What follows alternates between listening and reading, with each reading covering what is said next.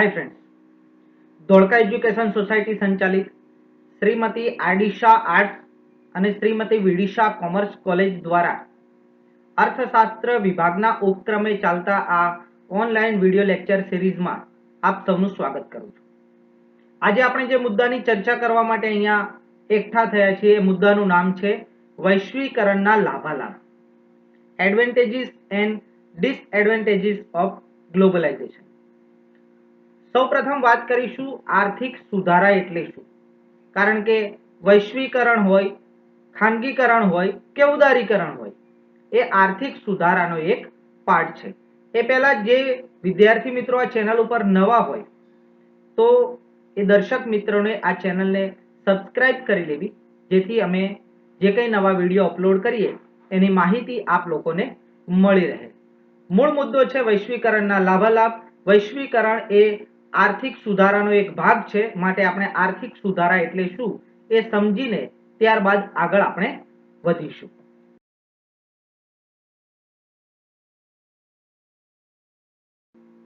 આર્થિક સુધારા એટલે શું એ સમજવાનો જો આપણે પ્રયત્ન કરીએ તો કંઈક આ રીતે સમજી શકાય। ભારતમાં 1991માં અમલમાં મૂકવામાં આવેલી જે નવી આર્થિક નીતિ છે એ નવી આર્થિક નીતિ અન્વયે ઉદારીકરણ, ખાનગીકરણ અને વૈશ્વિકરણને લગતા જે પગલાં ભરવામાં આવ્યા તેને ભારતના આર્થિક ઇતિહાસમાં આર્થિક સુધારા તરીકે ઓળખવામાં આવે છે। આ પગલાઓને આર્થિક સુધારા, નવી આર્થિક નીતિ કે બજાર પ્રત્યે મિત્રતા દાખવતી નીતિ તરીકે પણ ઓળખવામાં આવે છે। ઉદારીકરણ, ખાનગીકરણ અને વૈશ્વિકરણ એ નવી આર્થિક નીતિના જે પગલાઓ છે એ પગલાઓને વિભાજિત કરી શકાય આ રીતે એમ પણ આપણે કહી શકીએ। જો આર્થિક સુધારાનું આપણે મૂલ્યાંકન કરવું હોય તો આપણે ઉદારીકરણ એટલે શું, એના લાભાલાભ શું છે એની વાતો કરવી પડે, ખાનગીકરણ એટલે શું, એના લાભાલાભ શું છે એની ચર્ચા કરવી પડે, અને વૈશ્વિકરણ એટલે શું, એના લાભાલાભ શું છે એની પણ ચર્ચા કરવી પડે। ઉદારીકરણ અને ખાનગીકરણ એના લાભાલાભ એટલે કે લાભ અને ગેરલાભની ચર્ચા આપણે અગાઉના વિડિયો લેક્ચરમાં કરી ચૂક્યા છીએ। આજે આપણે જે વાત કરવાના છીએ એ વૈશ્વિકરણ એટલે શું, વૈશ્વિકરણને સફળ બનાવવા માટે શું શું કરવું જોઈએ, અને સાથે સાથે વૈશ્વિકરણના લાભ શું છે અને વૈશ્વિકરણના ગેરલાભ શું છે એની ચર્ચા આપણે આજના લેક્ચરમાં કરીશું।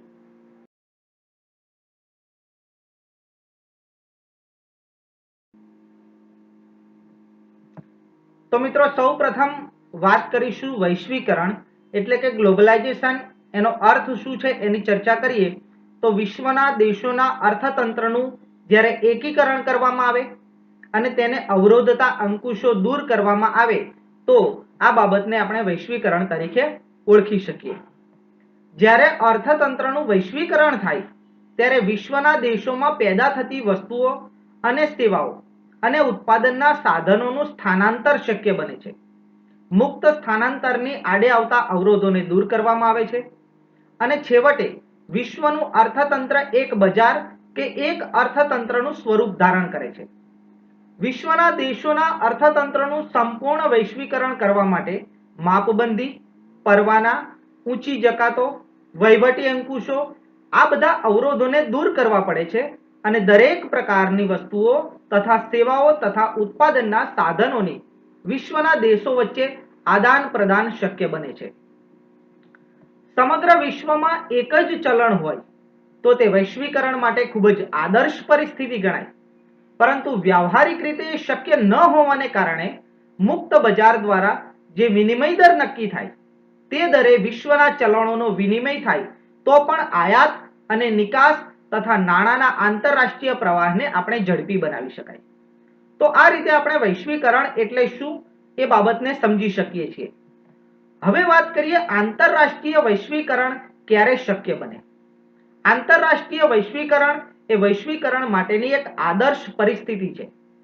આ આદર્શ પરિસ્થિતિને સંપૂર્ણપણે આપણે પ્રાપ્ત કરી શકીએ એમાં ઘણી બધી મુશ્કેલી છે, પરંતુ આદર્શની નજીક પહોંચવા માટે અથવા તો આદર્શને પ્રાપ્ત કરવા માટે શું શું પગલાં ભરવા જોઈએ, એટલે કે આંતરરાષ્ટ્રીય વૈશ્વિકરણ ક્યારે શક્ય બને એના જે પગલાઓ છે એની જો આપણે ચર્ચા કરીએ તો નંબર 1, વિદેશી મૂડીનો પ્રવાહ દેશમાં આવે તેને અનુરૂપ સ્થાનિક કાયદાકીય, સંસ્થાકીય અને બજારના માળખામાં પરિવર્તન કરવું જોઈએ. નંબર 2, સ્થાનિક તથા વિદેશી રોકાણને આડે આવતા અવરોધોને દૂર કરવા જોઈએ. નંબર 3, ઔદ્યોગિક પરવાના પદ્ધતિ દૂર કરવી જોઈએ. નંબર 4, મુક્ત રીતે ટેકનોલોજીનું આદાન પ્રદાન કરવું જોઈએ. રોયલ્ટી, ડિવિડન્ડ, પગાર જેવી આવકોને દેશની બહાર મોકલવાની કે દેશની અંદર લાવવાની છૂટ લાવવી જોઈએ. નેક્સ્ટ, વિનિમય અંકુશો તથા આયાત અને નિકાસ પરવાનાની નાબૂદી કરવી જોઈએ. સાથે સાથે વિદેશી ચલણના આંતર પ્રવાહ અને બાહ્ય પ્રવાહની છૂટ આપવી જોઈએ. સાથે સાથે ચાલુ અને મૂડી ખાતામાં સંપૂર્ણપણે ચલણોની દ્વિમાર્ગીય પરિવર્તનશીલતાની છૂટ આપવી જોઈએ અને બજારના પરિબળો દ્વારા વિનિમય દરોનું નિર્ધારણ થાય તથા દેશના સ્થાનિક ઉદ્યોગોને વિદેશી બજારમાંથી લોન લેવાની સ્વતંત્રતા મળી રહે. આ ઉપરાંત મહેસૂલી અને અંદાજપત્રીય ખાધ ઘટાડવામાં આવે જેથી વિશ્વના બજારમાં પ્રવર્તમાન કિંમતો કરતા સ્થાનિક બજારમાં પ્રવર્તમાન કિંમતો ઊંચી ન રહે. વિશ્વની રાજકોષીય પદ્ધતિને અનુરૂપ દેશની રાજકોષીય પદ્ધતિ અપનાવવી જોઈએ. વ્યક્તિગત આવક અને કોર્પોરેટ આવક પરના વેરામાં એકરૂપતા લાવવી જોઈએ. આબકારી જકાત અને વેચાણ વેરાની જગ્યાએ મૂલ્ય આધારિત વેરો નાખવો જોઈએ. દેશના શેર બજારમાં વિદેશીઓને રોકાણ કરવાની છૂટ મળવી જોઈએ અને દેશની સ્થાનિક નાણાકીય સંસ્થાઓની જેમ વિદેશી બેંકો અને નાણાકીય સંસ્થાઓને દેશમાં તેમની સેવાઓ શરૂ કરવા માટેની છૂટ આપવામાં આવે. સાથે સાથે વ્યાજના દરો બજારના પરિબળો દ્વારા નક્કી થાય અને નિકાસ અને આયાતની સ્વતંત્રતા આપવામાં આવે અને જકાત જેવા અવરોધો દૂર કરવામાં આવે ત્યારે સમગ્રપણે આંતરરાષ્ટ્રીય વૈશ્વિકરણ શક્ય બને છે. આ 15 મુદ્દાઓ જે છે એ 15 મુદ્દાઓ એક આદર્શ વૈશ્વિકરણની સ્થિતિનું સર્જન કરી શકે એ માટેની પૂર્વ શરતો છે એવું આપણે કહી શકીએ. આંતરરાષ્ટ્રીય વૈશ્વિકરણ ક્યારે શક્ય બને એ આપણે સમજવાનો પ્રયત્ન કર્યો. હવે આપણે વાત કરીશું વૈશ્વિકરણના લાભાલાભની. તો સૌપ્રથમ આપણે વૈશ્વિકરણથી થનાર લાભની વાત કરીશું, ત્યારબાદ વૈશ્વિકરણથી થનાર ગેરલાભની વાત કરીશું અને ત્યારબાદ ભારતને વૈશ્વિકરણથી ઓછામાં ઓછો ગેરલાભ થાય એ માટે શું પગલાં લેવા જોઈએ એની ચર્ચા કરીશું. તો પ્રસ્તુત છે વૈશ્વિકરણના લાભ.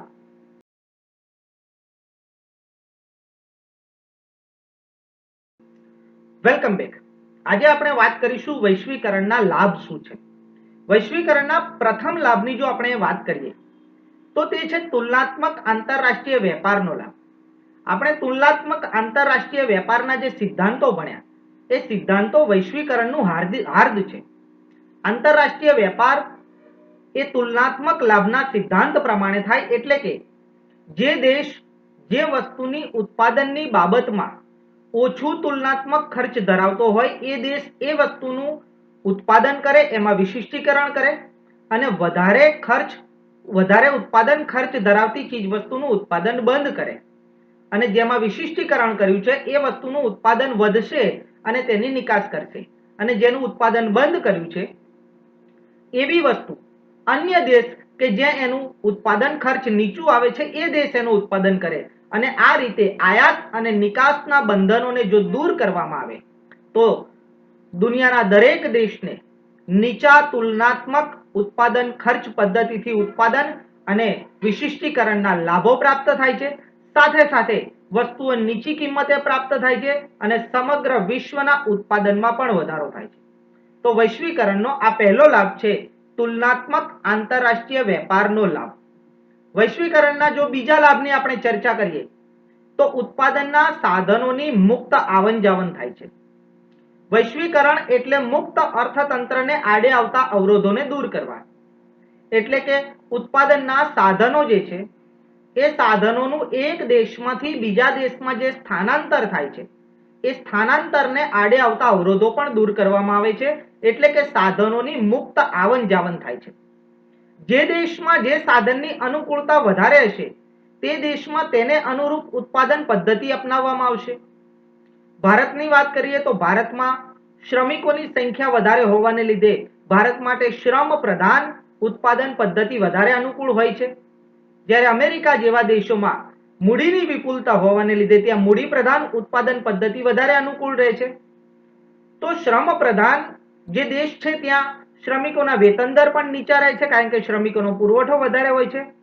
મૂડી પ્રધાન દેશોમાં મૂડીનો પુરવઠો વધારે હોવાને લીધે ત્યાં વ્યાજના દરો નીચા જોવા મળે છે.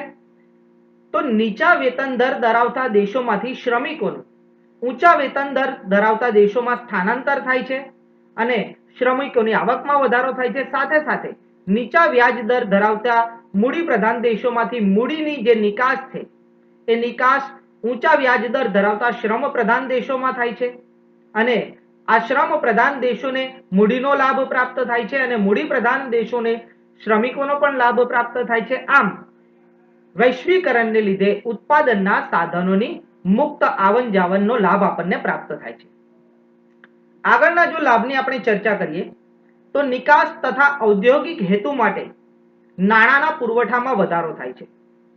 ભારત જેવા દેશોની જો આપણે ચર્ચા કરીએ તો ભારતમાં આવક, ઉત્પાદન અને રોજગારીનું પ્રમાણ નીચું હોવાને કારણે લોકોની બચતોનું પ્રમાણ પણ નીચું જોવા મળે છે.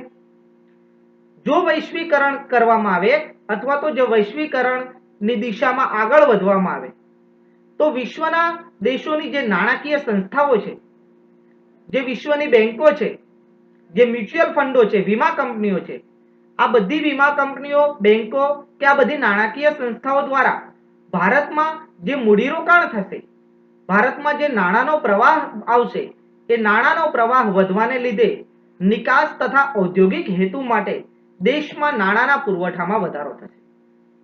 વૈશ્વિકરણનો આગળનો જો લાભ આપણે જોઈએ તો સીધા વિદેશી મૂડીરોકાણનો લાભ મળે છે. વિદેશી લોન કરતા વિદેશી મૂડીરોકાણ વધારે ફાયદાકારક છે, કારણ કે વિદેશી જે લોન છે એ લોન મુદ્દલ અને વ્યાજ સાથે નિશ્ચિત સમય મર્યાદામાં પરત કરવાનો બોજો આપણી સમક્ષ હોય છે, જવાબદારી હોય છે. પરંતુ જો વિદેશી મૂડીરોકાણ આપણે ત્યાં થાય, સીધા વિદેશી મૂડીરોકાણનો જો આપણને લાભ મળે તો લોન પરત ચૂકવવાનો જે બોજો છે એ બોજામાંથી ડાયરેક્ટ આપણને મુક્તિ મળે છે. અલબત્ત એ વાતનું આપણે ધ્યાન રાખવું જોઈએ કે વિદેશી મૂડીરોકાણને કારણે જે વિદેશી કંપનીઓ આવે છે એ કંપનીઓ કેટલા પ્રમાણમાં પોતાનો નફો વિદેશમાં પોતાના દેશમાં લઈ જાય છે એ બાબતે પણ આપણે ચિંતા વ્યક્ત કરવી જોઈએ અથવા તો તેનું ધ્યાન રાખવું જોઈએ. પરંતુ અહીંયા બીજી એક વાત છે કે જો સીધું વિદેશી મૂડીરોકાણ આપણે ત્યાં આવશે તો એક તો આપણને વિદેશી દેવાના બોજામાંથી મુક્તિ મળશે, સાથે સાથે વિદેશી મૂડીરોકાણની સાથે સાથે વિદેશી ટેકનોલોજી પણ આપણે ત્યાં આવશે અને વિદેશી સંચાલન શક્તિનો પણ આપણને લાભ મળશે. તો વૈશ્વિકરણનો જે પાંચમો લાભ છે એ છે સીધા વિદેશી મૂડીરોકાણનો લાભ. વૈશ્વિકરણનો છઠ્ઠો લાભ છે દેશો વચ્ચે કુશળ શ્રમિકોની અવરજવર. અલ્પવિકસિત અને વિકસતા દેશો જેમ કે ભારત, તો આ બધા દેશો વસ્તી વિસ્ફોટના બીજા તબક્કામાંથી પસાર થઈ રહ્યા છે, સંક્રમણના બીજા તબક્કામાંથી પસાર થયા છે. આ સંક્રમણ એ વસ્તી વિસ્ફોટનો તબક્કો છે. તો આવા વસ્તી વિસ્ફોટ ધરાવતા દેશો જ્યાં અતિવસ્તી છે, આવા દેશો જો વૈશ્વિકરણમાં જોડાય તો વિકસિત દેશોમાં જ્યાં શ્રમિકોની અછત છે, અલ્પવિકસિત અને વિકસતા દેશોમાં જ્યાં વસ્તી વધારે છે ત્યાંથી શ્રમિકોનું સ્થાનાંતર આવા વિકસિત દેશોમાં જશે. એટલે જે વિકસિત દેશો છે તેમાં શ્રમિકોની માંગને પહોંચી વળવા માટે શ્રમિકોનો પુરવઠો મળશે, સાથે સાથે અલ્પવિકસિત દેશો અને વિકસતા દેશોમાં શ્રમિકો કે વસ્તીનું જે ભારણ છે એ ભારણમાં પણ ઘટાડો કરી શકાશે. સાથે સાથે એક દેશના શ્રમિકો બીજા દેશના શ્રમિકોના સંપર્કમાં આવવાથી સાંસ્કૃતિક આદાન પ્રદાન પણ શક્ય બનશે. તો દેશો વચ્ચે કુશળ શ્રમિકોની જો અવર જવર થાય તો ખૂબ જ પ્રમાણમાં એ અર્થતંત્ર માટે લાભદાયી રહે છે. આ સાથે સાથે વૈશ્વિકરણના અન્ય જે લાભો છે એની આપણે વાત કરીએ તો વૈશ્વિકરણને લીધે શ્રમિકોની ઉત્પાદન ક્ષમતામાં વધારો થાય છે, વિદેશી ટેકનોલોજીનો લાભ પ્રાપ્ત થાય છે, દેશના અર્થતંત્રની હરીફાઈ ક્ષમતામાં વધારો થાય છે, કારણ કે વિદેશમાંથી નવી ટેકનોલોજી આવે છે, ઘણા નવા ઉદ્યોગો પણ આપણે ત્યાં આવે છે, એટલે બજારમાં હરીફાઈનું તત્વ વધે છે અને હરીફાઈના જે લાભો છે એ લાભો આપણને પ્રાપ્ત થાય છે. ઔદ્યોગિક વસ્તુની સાપેક્ષ કિંમતોમાં ઘટાડો થાય છે, કારણ કે એક જ ઉપયોગમાં આવતી ઘણી બધી ચીજ વસ્તુનું ઉત્પાદન શક્ય બને છે અને તેમની વચ્ચે હરીફાઈ હોય છે. સાથે સાથે ગુણવત્તાયુક્ત વસ્તુઓની પ્રાપ્તિ થાય છે, કારણ કે દરેક પેઢી એવું ઈચ્છતી હોય છે કે પોતાની જે ઉત્પાદિત ચીજ વસ્તુ છે એ ચીજ વસ્તુનું વેચાણ વધે તો એમની વેચાણ આવક વધે, વેચાણ આવક વધશે તો નફો વધશે. આ બધી પ્રોસેસને સકારાત્મક લઈ જવા માટે ચીજ વસ્તુની ગુણવત્તામાં સુધારો કરવો જરૂરી બને છે, તો ગ્રાહકોને પણ ગુણવત્તાયુક્ત ચીજ વસ્તુઓની પ્રાપ્તિ થાય છે. તો આ વાતો થઈ વૈશ્વિકરણના લાભોની. ક્યાંય ના જશો, હવે આપણે જે વાત કરવાના છીએ એ વાત છે વૈશ્વિકરણના ગેરલાભની.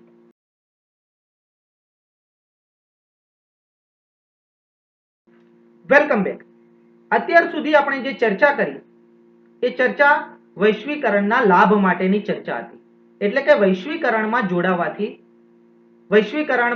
જોડાતા દેશોને શું લાભ પ્રાપ્ત થાય છે એની ચર્ચા કરી. કોઈ પણ સિક્કાની બે બાજુ હોય છે, એટલે કે જ્યાં લાભ હોય છે ત્યાં ગેરલાભ પણ હોય છે. તો વૈશ્વિકરણની પ્રોસેસ કે વૈશ્વિકરણની પ્રક્રિયામાં જોડાવાથી શું ગેરલાભો પ્રાપ્ત થાય એની જો આપણે ચર્ચા કરીએ તો પ્રથમ ગેરલાભ છે સ્થાનિક ઉદ્યોગો ઉપર વિપરીત અસર થશે.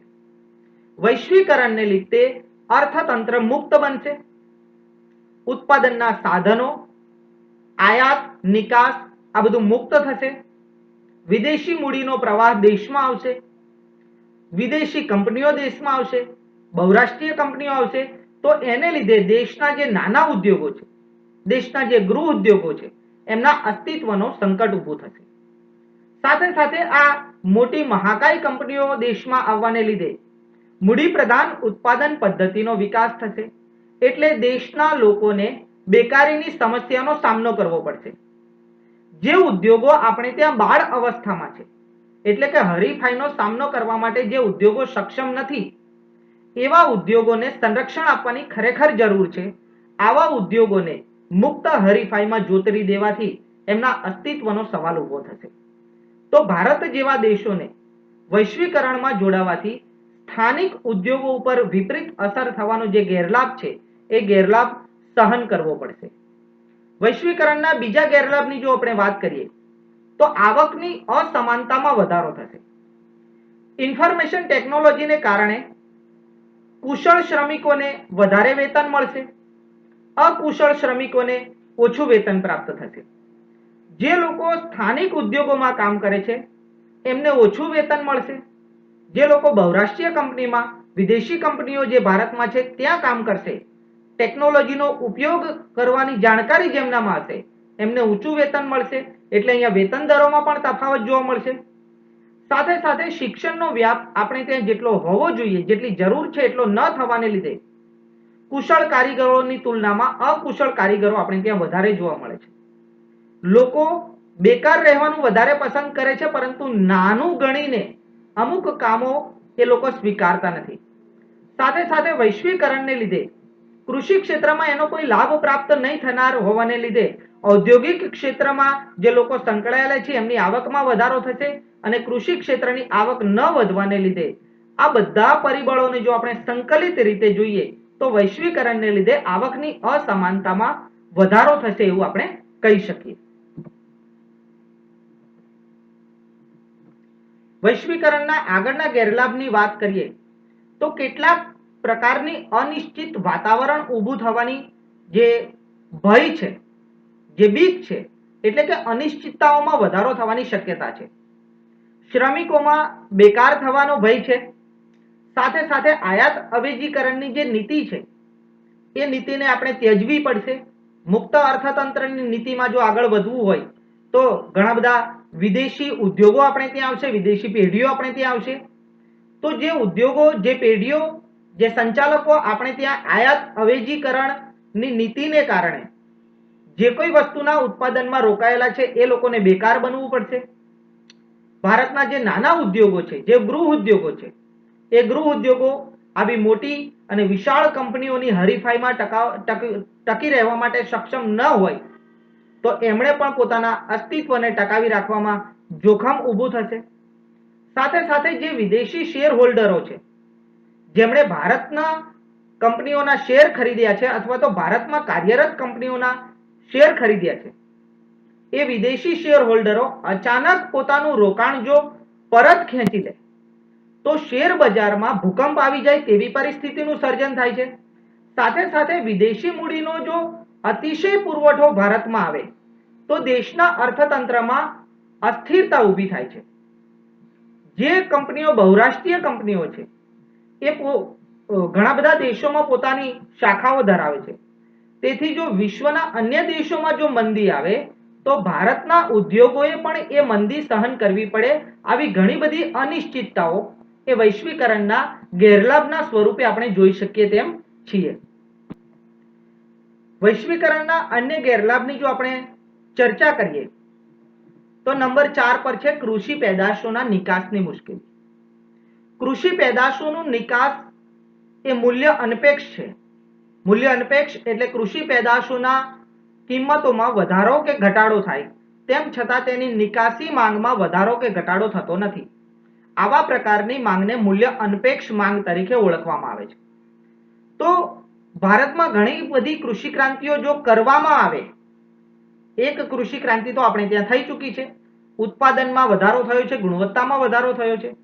વૈશ્વિકરણમાં જોડાયા પછી માનો કે અનેક કૃષિ ક્રાંતિઓ આપણે કરીએ, અનેક ગણું ઉત્પાદન વધે, અનેક ગણી ગુણવત્તામાં સુધારો થાય, તો પણ આવી કૃષિ પેદાશોના નિકાસોની જે સમસ્યા છે એ સમસ્યાનું સમાધાન થાય એવું કોઈ વાતાવરણ આપણને દેખાતું નથી. તો વૈશ્વિકરણનો જે લાભ છે એ લાભ કૃષિને તો પ્રાપ્ત જ નથી થતો.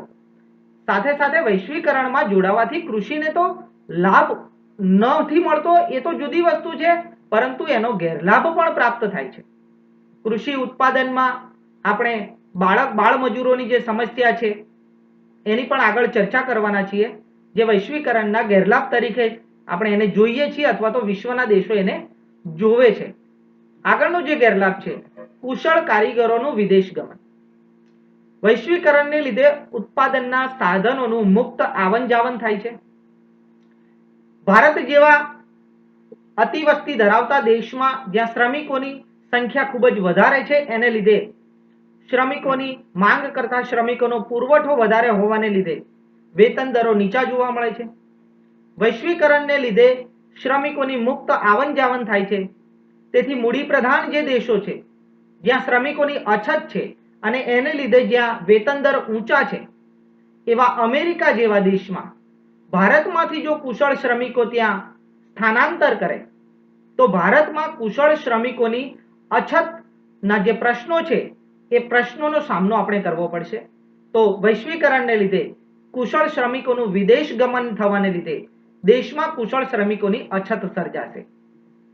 આગળ આપણે વાત કરીએ કે દેશનું જે અર્થતંત્ર છે એ અર્થતંત્ર ઉપર સરકારની જે પકડ છે એ પકડ ઢીલી પડશે. ઘણા બધા મુદ્દાઓ છે એની જો આપણે ચર્ચા કરીએ તો મુક્ત અર્થતંત્રના વાતાવરણના કેટલીક અસરો સ્થાનિક અર્થતંત્ર ઉપર હાવી અને શક્તિશાળી બની જાય તો તેમાંથી દેશનું અર્થતંત્ર જે છે એને આપણે બહાર લાવવું મુશ્કેલ બની જાય. એક વિદેશી કંપની ઈસ્ટ ઇન્ડિયા જે આપણે ત્યાં વેપાર કરવા માટે આવી અને એણે આપણા અર્થતંત્ર ઉપર જે પકડ જમાવી અને એ ગુલામીમાંથી બહાર નીકળવામાં ભારતને 200 વર્ષનો સંઘર્ષ કરવો પડ્યો, એ પણ આપણે ન ભૂલવું જોઈએ. અર્થતંત્રમાં જો નાણાંના પુરવઠામાં અણધાર્યો વધારો થાય કે અણધાર્યો ઘટાડો થાય તો મધ્યસ્થ બેંકે નાણાંના પુરવઠાને નિયંત્રણ કરવું ખૂબ જ મુશ્કેલ બની જાય છે. સાથે સાથે આવા પ્રકારની જે અનિશ્ચિતતાઓ છે એ અનિશ્ચિતતાઓને કારણે દેશના અર્થતંત્ર ઉપર આર્થિક સંકટ પણ ઊભું થાય છે. વર્લ્ડ ટ્રેડ ઓર્ગેનાઇઝેશન જેને આપણે WTO કહીએ છીએ એના જે નિયમો છે એ નિયમોને કારણે આપણે એક વખત મુક્ત અર્થતંત્રની દિશામાં આગળ વધીએ ત્યારબાદ પરત આવવું મુશ્કેલ છે. એટલે એના નિયમોને લીધે અર્થતંત્ર ઉપર આપણે અંકુશ રાખી શકતા નથી. જે પેટન્ટના કાયદાઓ છે, જે ટ્રેડમાર્કના કાયદાઓ છે, કુદરતી સંપત્તિના ઉપયોગના જે કાયદાઓ છે, આ બધા કાયદાઓને લીધે ભારત જેવા દેશોમાં ભારતના રાષ્ટ્રીય હિત મુજબ આવા કાયદાઓમાં આપણે પરિવર્તન નથી કરી શકતા. કેટલીક આપણી પરંપરાગત ઉત્પાદિત જે વસ્તુઓ છે એની પેટન્ટ, એનો ટ્રેડમાર્ક જો વિદેશી કંપનીઓને હાથ લાગી જાય તો તેના ઉપર આપણો અધિકાર રહેતો નથી અને આપણે એનું ઉત્પાદન જતું કરવું પડે છે. સાથે સાથે ડબલ્યુટીઓ ઉપર વિશ્વના જે વિકસિત દેશો છે એ વિકસિત દેશોની પકડ હોવાને લીધે આ પ્રકારના દેશો પોતાને અનુરૂપ હોય, પોતાના વિદેશ વ્યાપારને અનુરૂપ હોય એવા નિયમો કે એવા નિયંત્રણો બનાવડાવશે જેથી ભારત જેવા દેશોને એ નુકસાન પહોંચાડી શકે છે. તો વૈશ્વિકરણને લીધે દેશના અર્થતંત્ર ઉપર જે પકડ છે એ પકડ ક્યાંક ને ક્યાંક ઢીલી થવાનો આપણને જે ડર છે એની આપણે ચર્ચા કરી. હવે વાત કરીશું વૈશ્વિકરણથી ભારતને ઓછામાં ઓછો ગેરલાભ થાય તે માટે ભારતે શું શું પગલાં લેવા જોઈએ એની ચર્ચા કરીશું.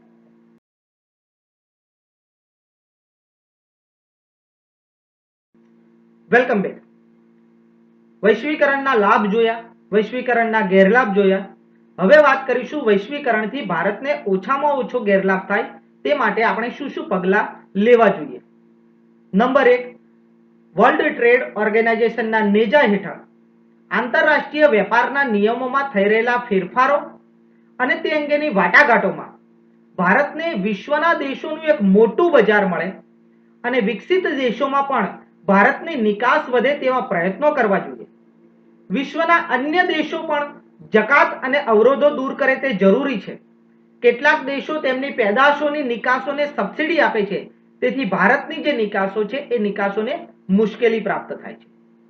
તો આ એક પગલું લેવું જોઈએ. સાથે સાથે વિકસિત દેશો દ્વારા પર્યાવરણ અને બાળ મજૂરોનું બહાનું કાઢીને ભારતની નિકાસી વસ્તુઓ પોતાના દેશમાં પ્રતિબંધિત જાહેર કરે છે. આ બાબતથી ભારતે સજાગ રહેવાની જરૂર છે. જે આયાતો ભારતના હિત વિરુદ્ધની હોય તે અંગે પણ સજાગ રહેવું જોઈએ. દાખલા તરીકે ખેત પેદાશો, નાના અને ગૃહ ઉદ્યોગોનું ઉત્પાદન, આ બધી ચીજ વસ્તુની આયાત કરવામાં આવે તો ભારતના જે લોકો છે, જે ઉત્પાદકો છે, એમને ખૂબ જ મોટા પ્રમાણમાં નુકસાન થઈ શકે છે. આ બધી બાબતોથી આપણે સજાગ રહેવું જોઈએ.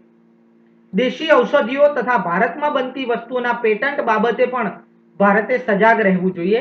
આ બધી વસ્તુની પેટન્ટ બહુરાષ્ટ્રીય કંપનીઓને હાથે ન લાગી જાય એ માટેના પ્રયત્નો આપણે કરવા જોઈએ. સાથે સાથે નિકાસ વૃદ્ધિ માટે જરૂરી સુવિધાઓ જેમ કે બંદરો, એરોડ્રામ, આ બધી જે સુવિધાઓ છે આંતરમાળખાકીય સુવિધાઓનો વિકાસ કરવો જોઈએ. વિદેશી ઊંડિયામણની બાબતમાં એટલે કે વિદેશી ઊંડિયામણની લેતી દેતીમાં ગેરરીતિ ન થાય અને પારદર્શિતા જળવાઈ રહે તે અંગે પણ સજાગ રહેવું જોઈએ. આયાતકારો અને નિકાસકારોને આયાત અને નિકાસ માટે પૂરતા પ્રમાણમાં નાણાંનો પુરવઠો એટલે કે ધિરાણ પ્રાપ્ત થાય તે માટે પણ સજાગ રહેવું જોઈએ. સીધું વિદેશી મૂડીરોકાણ ભારતમાં આવે એટલે કે તેને આકર્ષવા માટેના ખાસ પ્રકારના પગલાઓ પણ ભરવા જોઈએ. ભારતના શ્રમિકો વિદેશમાં જઈને કમાણી કરે તેવી સુવિધાઓને સરળ બનાવવી જોઈએ. સાથે સાથે ભારતના ઉદ્યોગોની કાર્યક્ષમતામાં વધારો થાય તે પ્રકારના પગલાં લેવા જોઈએ. દેશમાં પાયાની સગવડોનો વિકાસ કરવો જોઈએ. વેપાર અને મૂડીરોકાણ વધારવા માટે દેશમાં કાયદાકીય અને વહીવટીય સરળતા પ્રદાન કરવી જોઈએ અને વૈશ્વિકરણને અનુકૂળ દેશના શૈક્ષણિક માળખામાં આમૂલ પરિવર્તન કરવું જોઈએ. તો વિદ્યાર્થી મિત્રો, આ જે લેક્ચર હતો એ લેક્ચરમાં આપણે જોયું વૈશ્વિકરણ એટલે શું. આર્થિક સુધારાના ભાગરૂપે આપણે વૈશ્વિકરણને જોવાનો પ્રયત્ન કર્યો. વૈશ્વિકરણનો અર્થ જોયો. વૈશ્વિકરણને આડે આવતા અવરોધો એટલે કે ભાઈ મુક્ત અર્થતંત્ર, સમગ્ર વિશ્વનું એકીકરણ થાય, સમગ્ર વિશ્વના અર્થતંત્રનું એકીકરણ થાય, સમગ્ર વિશ્વ એક બજાર બને એ માટે શું શું કરવું જોઈએ એની ચર્ચા કરી. વૈશ્વિકરણના લાભોની ચર્ચા કરી, વૈશ્વિકરણના ગેરલાભોની ચર્ચા કરી. સાથે સાથે વૈશ્વિકરણમાં જોડાવાથી ભારતને ઓછામાં ઓછો ગેરલાભ થાય એ માટેના શું પગલાં લેવા જોઈએ એની પણ ચર્ચા કરી. તો સમગ્ર રીતે વૈશ્વિકરણના મુદ્દાને અહીંયા સરળ રીતે આવરી લેવાનો પ્રયત્ન કર્યો છે. ઉદારીકરણ, ખાનગીકરણ અને વૈશ્વિકરણ એટલે કે આર્થિક સુધારાને સરળ રીતે સમજાવવા માટે આર્થિક સુધારાને લગતા 5 વિડિયો લેક્ચર અપલોડ કરવામાં આવ્યા છે. આપ સૌ વિદ્યાર્થી મિત્રો, સૌ દર્શકો એનો લાભ લો. આ વિડીયોને આપે અંત સુધી જોયો, આપ સૌનો ખૂબ ખૂબ આભાર. સાથે સાથે તમને આ વિડીયો કેવો લાગ્યો એ કોમેન્ટ બોક્સમાં અવશ્ય જણાવશો. નવા વિડીયો લેક્ચરમાં કોઈ નવા અર્થશાસ્ત્રીય મુદ્દાને સરળ ગુજરાતી ભાષામાં લઈને પ્રસ્તુત થઈશું. ત્યાં સુધી આવજો.